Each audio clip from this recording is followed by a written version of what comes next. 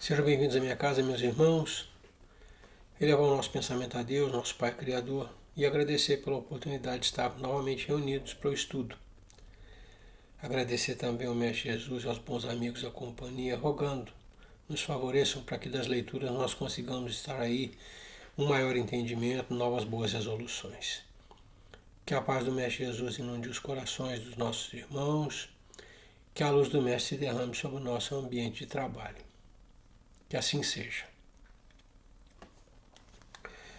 Nós retomamos o estudo, agora com a leitura da introdução. A abertura do Livro dos Espíritos, ela se dá em duas partes. Uma introdução ao estudo da doutrina espírita, que é um texto assinado por Allan Kardec, e Prolegômenos, um texto menor, o nome é complicado, mas é uma introdução. Prolegômenos, que é um texto menor assinado pelos espíritos superiores que supervisionaram a obra e cooperaram na sua execução, na sua realização. Kardec faz a introdução ao estudo da doutrina espírita um longo texto que ele subdividiu em 17 tópicos. Texto no qual ele define uma terminologia própria e seu significado.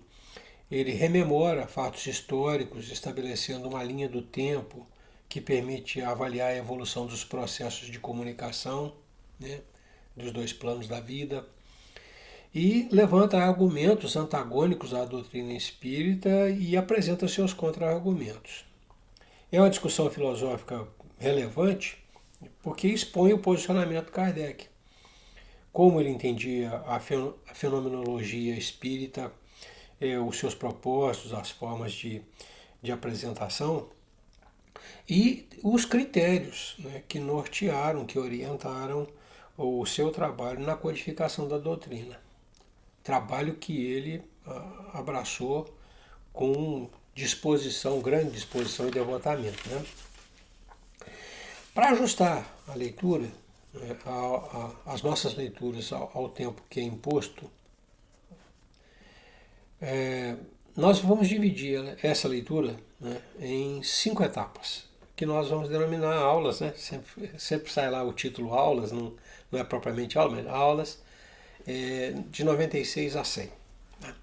Então vamos iniciar hoje com a aula número 96. Introdução ao estudo da doutrina espírita. Nós vamos ver hoje os tópicos 1, 2 e 3, onde Kardec se detém na fixação da terminologia e as suas significações, as definições e os antecedentes históricos. Vamos lá.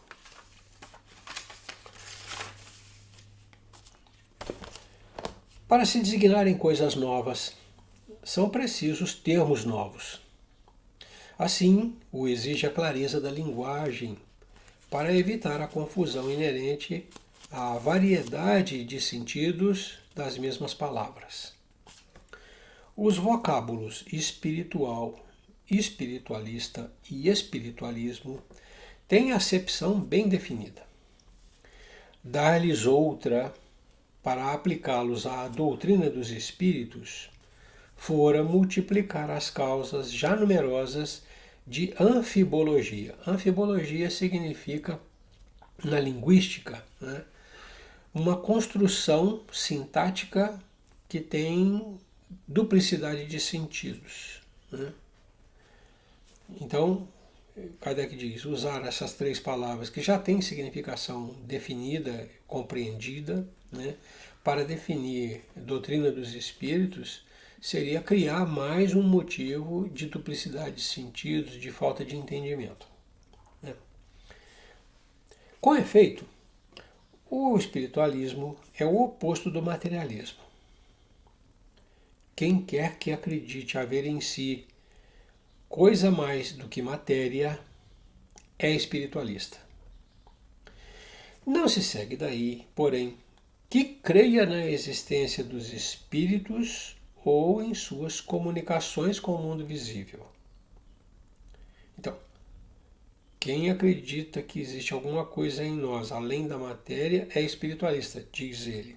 Isso não significa que essa pessoa admita a existência de um espírito ou tampouco que seja possível a comunicação dos espíritos com os que estão na carne.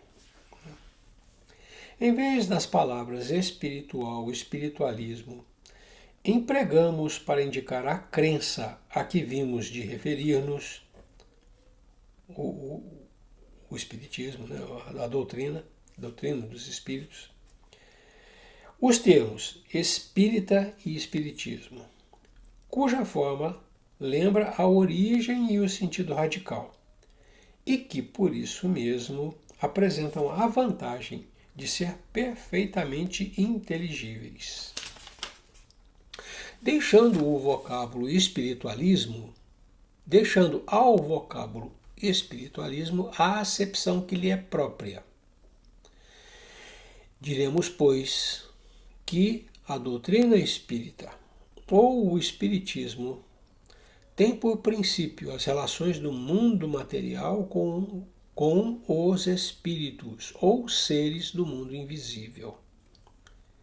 Os adeptos do espiritismo serão os espíritas, ou, se quiserem, os espiritistas.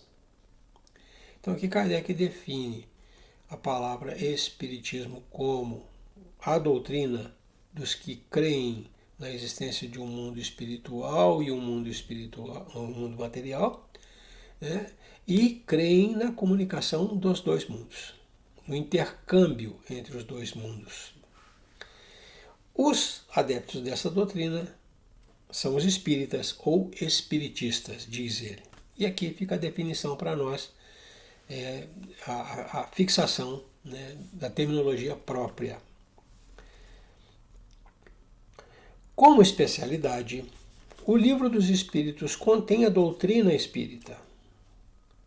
Como generalidade, prende-se à doutrina espiritualista, uma de cujas fases apresenta. É essa a razão porque traz no cabeçalho do seu título as palavras Filosofia Espiritualista. Então, o Livro dos Espíritos não está propriamente direcionado, né, a um público, os espíritas. Ele está direcionado, vocacionado a todos, né, que acreditam na existência de alguma coisa além da matéria, os espiritualistas. E por isso, Kardec colocou filosofia espiritualista, né, e não filosofia espírita. Tópico 2.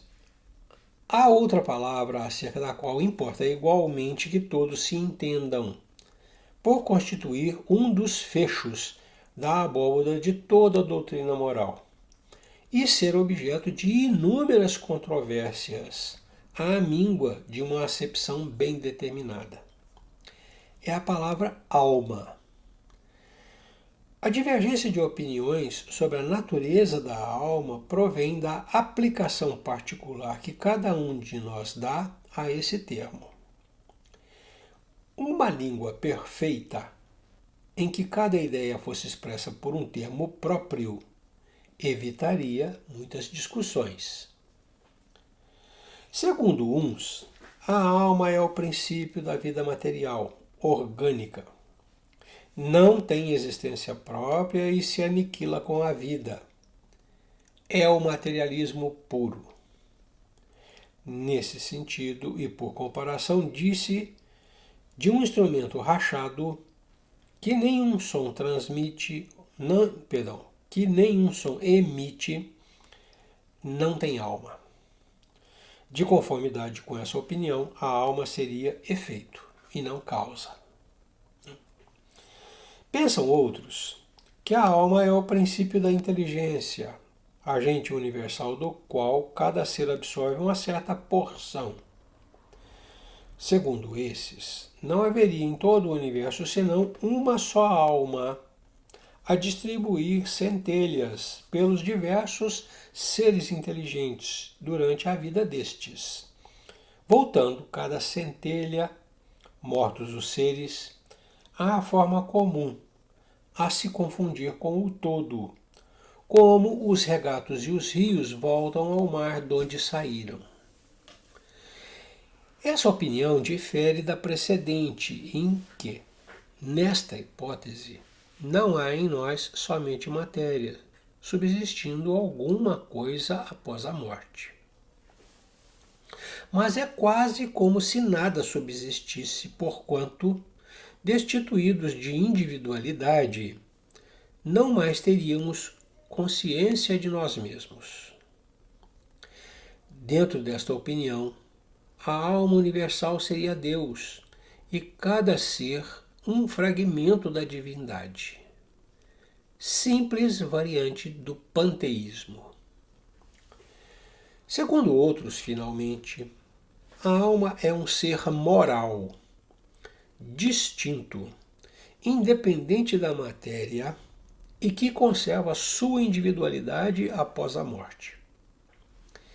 Esta acepção é sem contradita a mais geral, porque debaixo de um nome ou de outro, a ideia desse ser que sobrevive ao corpo se encontra no estado de crença instintiva, não derivada do ensino entre todos os povos, qualquer que seja o grau de civilização de cada um. Esta doutrina, segundo a qual a alma é causa e não efeito, é a dos espiritualistas. Sem discutir o mérito de tais opiniões e considerando apenas o lado linguístico da questão, diremos que estas três aplicações do termo alma correspondem a três ideias distintas que demandariam, para serem expressas, três vocábulos diferentes. Aquela palavra tem, pois, tríplice acepção, e cada um, do seu ponto de vista, pode, com razão, defini-la como o faz. O mal está em a língua dispor somente de uma palavra para exprimir três ideias. A fim de evitar todo equívoco, seria necessário restringir-se à acepção do termo alma a uma daquelas ideias. A escolha é indiferente. O que se faz mister é o entendimento de todos, reduzindo-se o problema a uma simples questão de convenção. Julgamos mais lógico tomá-lo na sua acepção vulgar e, por isso, chamamos alma ao ser imaterial e individual em que nós reside e sobrevive ao corpo. Mesmo quando esse ser não existisse, não passasse de produto da imaginação, ainda assim fora preciso um termo para designá-lo. Na ausência de um vocábulo especial para a tradução de cada uma das duas outras ideias, a que corresponde a palavra alma, denominamos princípio vital, o princípio da vida material e orgânica, qualquer que seja a fonte de onde promane, princípio este comum a todos os seres vivos, desde as plantas até o homem. Pois que pode haver vida com exclusão da faculdade de pensar, o princípio vital é coisa distinta e independente. A palavra vitalidade não daria a mesma ideia. Para uns, o princípio vital é uma propriedade da matéria, um efeito que se produz achando-se a matéria em dadas circunstâncias. Segundo outros, e esta é a ideia mais comum, ele reside em um fluido especial, universalmente espalhado e do qual cada ser absorve e assimila uma parcela durante a vida, tal como os corpos inertes absorvem a luz. esse seria então o fluido vital, que na opinião de alguns em nada difere do fluido elétrico animalizado, ao qual também se dão os nomes de fluido magnético, fluido nervoso, etc. Seja como for, um fato há que ninguém ousaria contestar, pois que resulta da observação. É que os seres orgânicos têm em si uma força íntima que determina o fenômeno da vida.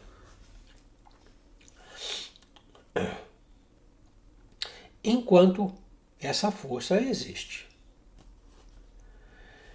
Que a vida material é comum a todos os seres orgânicos e independe da inteligência e do pensamento. Que a inteligência e o pensamento são faculdades próprias de certas espécies orgânicas.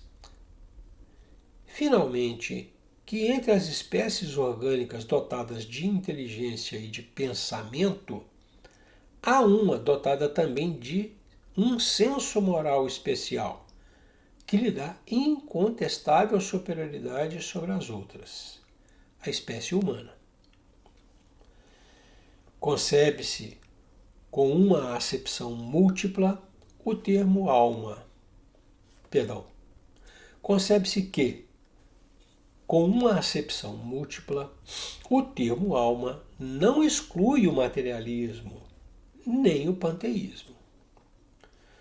O próprio espiritualismo pode entender a alma de acordo com uma ou outra das duas primeiras definições, sem prejuízo do ser imaterial distinto, a que então dará um nome qualquer. Assim, qualquer palavra não representa uma opinião. Erro meu. Assim, aquela palavra, não é qualquer, aquela palavra, alma, não representa uma opinião. É um proteu que cada um ajeita a seu bel prazer. Daí tantas disputas intermináveis. O termo proteu significa um ente, uma criatura suscetível de mudanças, de forma ou de estrutura. Um indivíduo que muda facilmente de opinião. Aqui ele usa o termo proteu para dizer que a palavra alma assume significados diferentes conforme o nosso desejo, né? Conforme a construção que nós fazemos. Não é uma palavra de terminologia fixa, vamos colocar assim. Falou-se alma, entende-se uma determinada coisa.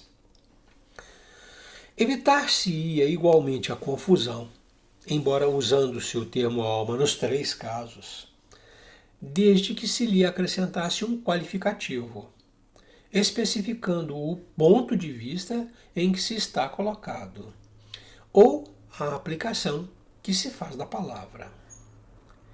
Esta teria então um caráter genérico, designando ao mesmo tempo o princípio da vida material, o da inteligência e o do senso moral, que se distinguiriam mediante um atributo, como os gases, por exemplo, que se distinguem, aditando-se ao termo genérico as palavras hidrogênio, oxigênio ou azoto. A gente fala gás hidrogênio, gás oxigênio, gás azoto. Então, é gás, mas a gente qualifica o gás.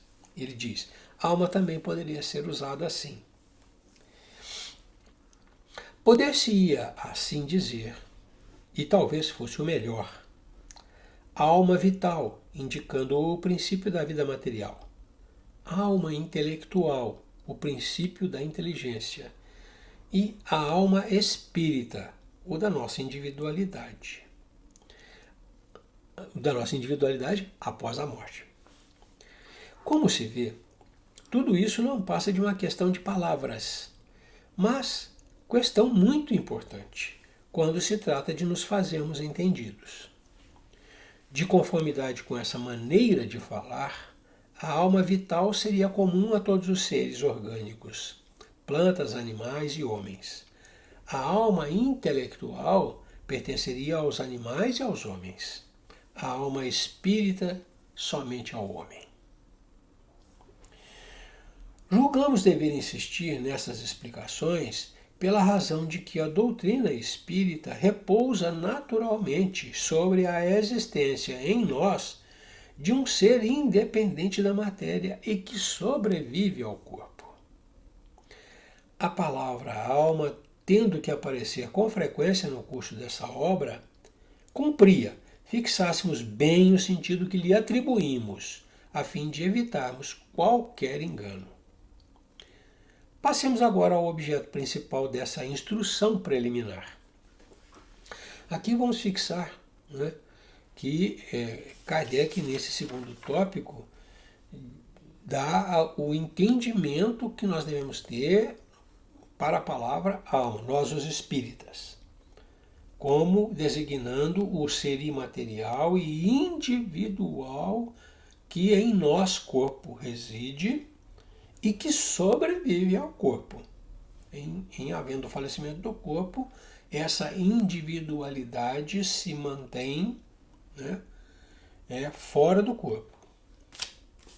Ser imaterial e individual, que em nós reside e sobrevive ao corpo. Todos os nossos outros entendimentos possíveis são conjecturas que Kardec faz para explicar, para distinguir os diversos elementos, o princípio vital, de princípio inteligente, de moralidade, Então seria necessário qualificar a palavra. O que eu penso, seria mais fácil você ter termos específicos para cada coisa, para designar o que dá vida, movimento aos corpos orgânicos, princípio vital. Para o que dá a nossa capacidade de pensar, de elaborar pensamentos, princípio inteligente. E para a nossa moralidade, espírito ou alma. Para mim, para Kardec não. Para Kardec, alma é este último ser imaterial e individual que reside em nós e que sobrevive ao corpo. E ele fixa os outros, deixa os outros à vontade de quem emprega, de quem constrói a ideia. Tópico 3, o último tópico que nós vamos ler hoje. E aqui nós entramos, ele diz, passemos agora ao objeto principal dessa instrução preliminar, que é a introdução, fixados os conceitos, vamos falar destes conceitos, espírita, espiritismo, alma, fixados o que significa, vamos ao que interessa, vamos introduzir o estudo. Introdução ao estudo. Então, tópico 3, e aqui ele trata ele trata basicamente de antecedentes históricos e antagonismo que sempre existiu e ainda persiste à doutrina. Como tudo que constitui novidade, a doutrina espírita conta adeptos e contraditores. Vamos tentar responder a algumas das objeções destes últimos, os contraditores, examinando o valor dos motivos em que se apoiam, sem alimentarmos todavia a pretensão de convencer a todos, pois muitos há que creem ter sido feita a luz exclusivamente para eles. Dirigimo-nos aos de boa fé, aos que não trazem ideias preconcebidas ou decididamente firmadas contra tudo e todos, aos que sinceramente desejam instruir-se, e lhes demonstraremos que a maior parte das objeções opostas à doutrina promanam de incompleta observação dos fatos e de juízo leviano e precipitadamente formado. Lembremos, antes de tudo, em poucas palavras, a série progressiva dos fenômenos que deram origem a esta doutrina. O primeiro fato observado foi o da movimentação de objetos diversos. Designaram-no vulgarmente pelo nome de mesas girantes ou dança das mesas. Este fenômeno, que parece ter sido notado primeiramente na América, ou melhor, que se repetiu nesse país, porquanto a história prova que ele remonta à mais alta antiguidade, se produziu rodeado de circunstâncias estranhas, tais como ruídos insólitos, pancadas sem nenhuma causa ostensiva. Em seguida, propagou-se rapidamente pela Europa e pelas outras partes do mundo. A princípio, quase que só encontrou incredulidade. Porém, ao cabo de pouco tempo, a multiplicidade das experiências não mais não permitiu lhe pusessem em dúvida a realidade. Se tal fenômeno se houvesse limitado ao movimento de objetos materiais, poderia explicar-se por uma causa puramente física. Estamos longe de conhecer todos os agentes ocultos da natureza ou todas as propriedades dos que conhecemos. A eletricidade multiplica diariamente os recursos que proporciona ao homem e parece destinada a iluminar a ciência com uma nova luz. Nada de impossível haveria, portanto, em que a eletricidade, modificada por certas circunstâncias, ou qualquer outro agente desconhecido, fosse a causa dos movimentos observados. O fato de que a reunião de muitas pessoas aumenta a potencialidade da ação parecia vir em apoio dessa teoria, visto poder-se considerar o conjunto dos assistentes como uma pilha múltipla, com o seu potencial na razão direta do número de elementos. O movimento circular nada apresentava de extraordinário. Está na natureza. Todos os astros se movem em curvas elipsoides. Poderíamos, pois, ter ali, em ponto menor, um reflexo do movimento geral do universo, ou melhor, uma causa até então desconhecida produzindo acidentalmente, com pequenos objetos em dadas condições, uma corrente análoga à que impele os mundos. Mas o movimento nem sempre era circular. Muitas vezes era brusco e desordenado, sendo o objeto violentamente sacudido, derribado, levado numa direção qualquer e, contrariamente a todas as leis da estática, levantado e mantido em suspensão. Ainda que nada havia que se não pudesse explicar pela ação de um agente físico invisível.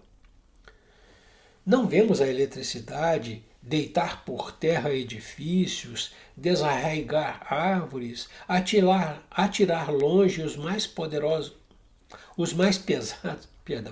pesados corpos, atraí-los ou repeli-los.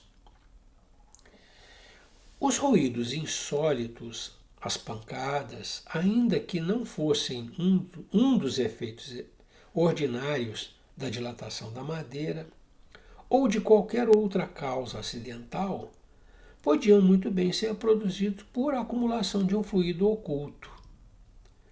A eletricidade não produz formidáveis ruídos? Até aí, como se vê, tudo pode caber no domínio dos fatos puramente físicos e fisiológicos. Sem sair desse âmbito de ideias, já ali havia, no entanto, matéria para estudos sérios e dignos de prender a atenção dos sábios. Por que assim não aconteceu? É penoso dizê-lo, mas o fato deriva de causas que provam, entre mil outros semelhantes, a leviandade do espírito humano. A vulgaridade do objeto principal, que serviu de base às primeiras experiências, não foi alheia à indiferença dos sábios. Que influência não tem tido, muitas vezes, uma palavra sobre as coisas mais graves?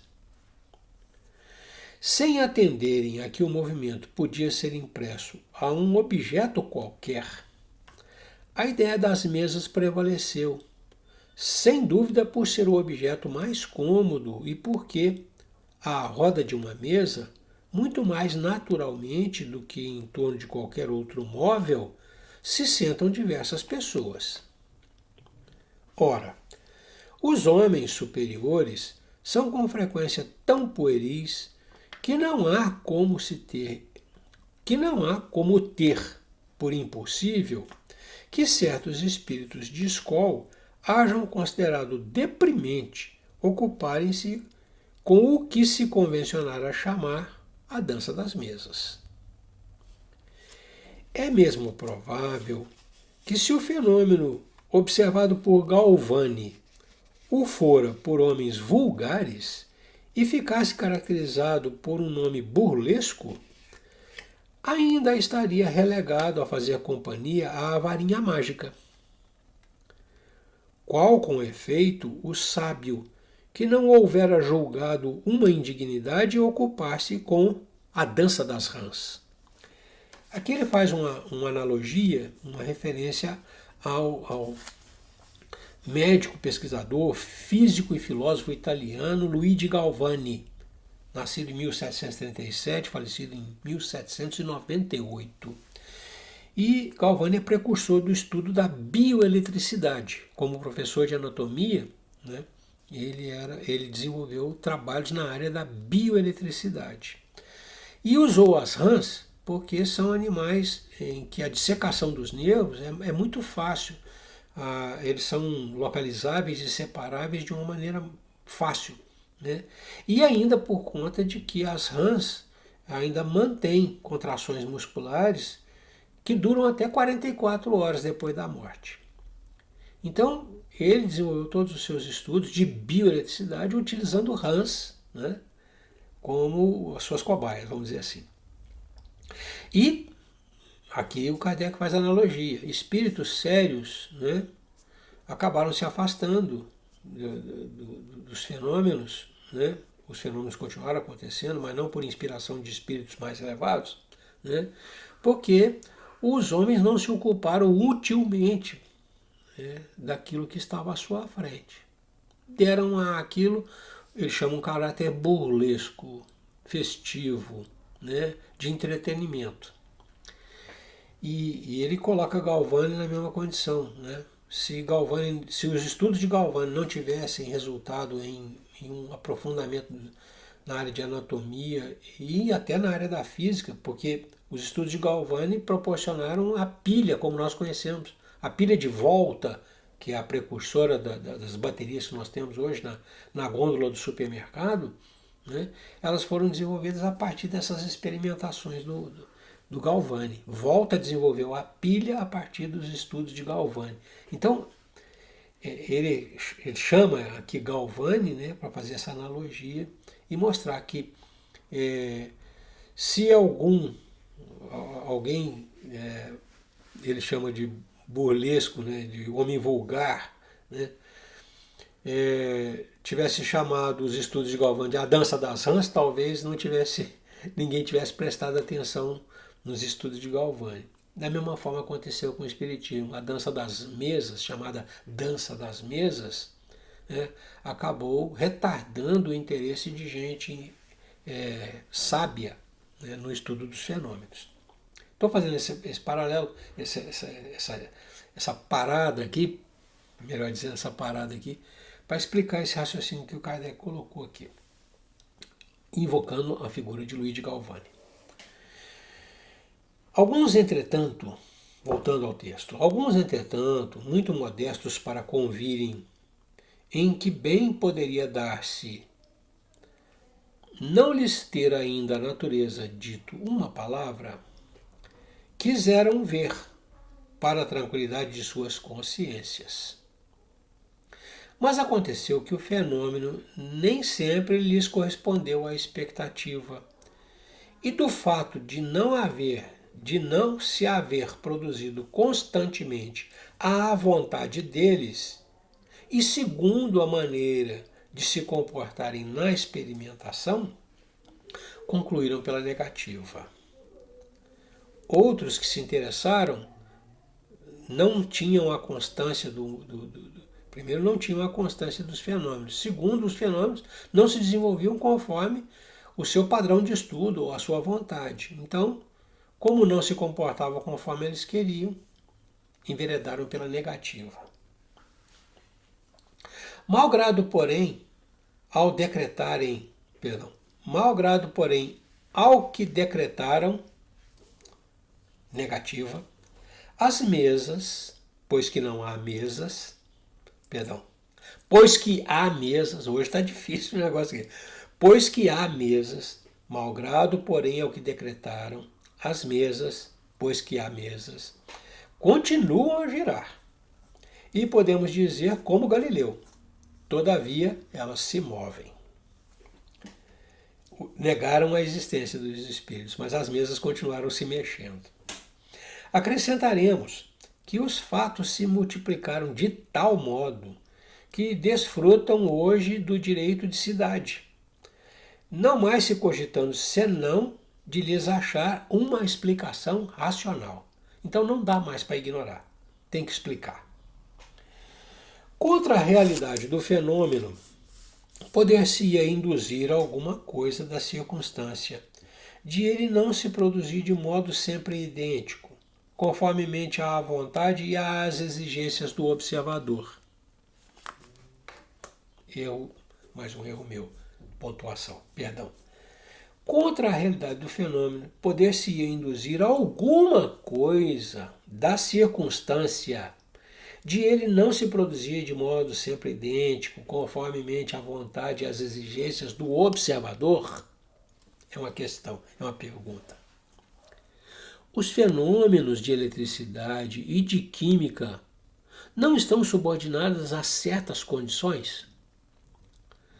Será lícito negá-los, os fenômenos da eletricidade e da química? Será lícito negá-los porque não se produzem fora dessas condições? Que há, pois, de surpreendente em que o fenômeno do movimento dos objetos pelo fluido humano também se ache sujeito a determinadas condições e deixe de se produzir quando o observador, colocando-se no seu ponto de vista, pretende fazê-lo seguir a marcha que caprichosamente lhes imponha, ou queira sujeitá-los às leis dos fenômenos conhecidos, sem considerar que para fatos novos pode e deve haver novas leis. Ora, para se conhecerem essas leis, preciso é que se estudem as circunstâncias em que os fatos se produzem, e esse estudo não pode deixar de ser fruto de observação perseverante, atenta e às vezes muito longa. Objetam, porém, algumas pessoas. Há frequentemente fraudes manifestas.